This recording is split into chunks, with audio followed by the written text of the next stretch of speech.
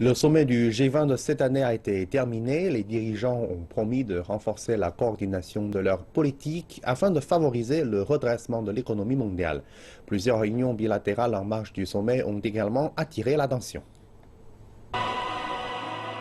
Le spectaculaire gala d'ouverture du sommet du G20 à Hangzhou a peut-être impressionné toute la planète.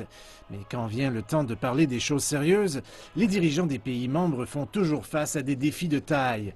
La reprise économique reste faible après la crise financière de 2008, le taux de chômage global atteignant près de 6%. La croissance du commerce international a atteint son niveau le plus bas en 3 décennies.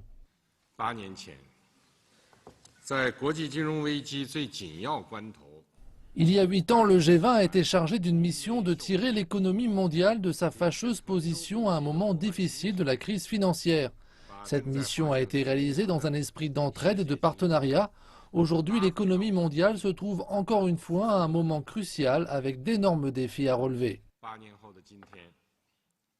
Le président chinois Xi Jinping a exhorté les membres du G20 à résister au protectionnisme et à favoriser l'innovation pour stimuler la croissance.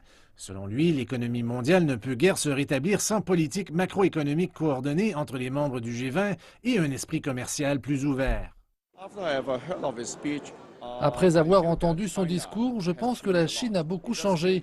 Il estime que la Chine ne peut pas travailler seule. Nous devons travailler avec les autres économies. Voilà pourquoi il a mentionné l'interconnectivité et l'inclusivité.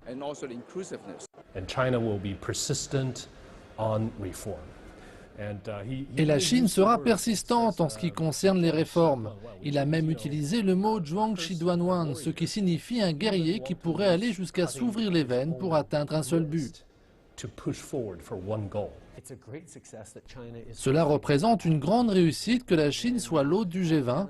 Lorsque le Canada a été très impliqué dans la création du G20 dans les années 90, l'une des raisons pour lesquelles nous avions besoin du G20, pas seulement du G7, c'était que nous devions compter sur la présence de la Chine lors des discussions sur l'économie mondiale.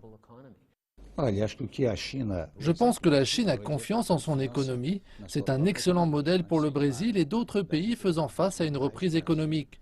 Le sommet du G20 de Hangzhou a présenté aux autres pays de grandes opportunités d'apprendre de la Chine.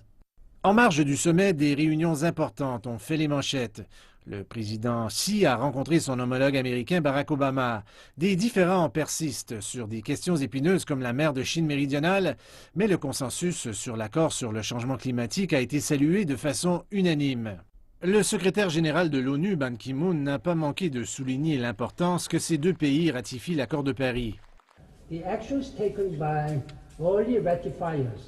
Les mesures prises par la Chine et les États-Unis, qui sont les deux plus grands émetteurs, je pense que cela aura une grande portée. Ils travaillent pour les gens, ils travaillent pour la planète.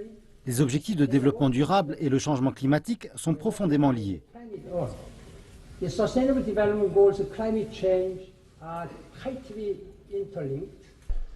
Le président Xi a également rencontré la présidente sud-coréenne Park Geun-hye, réitérant l'opposition de la Chine au déploiement d'un système de défense antimissile américain en Corée du Sud.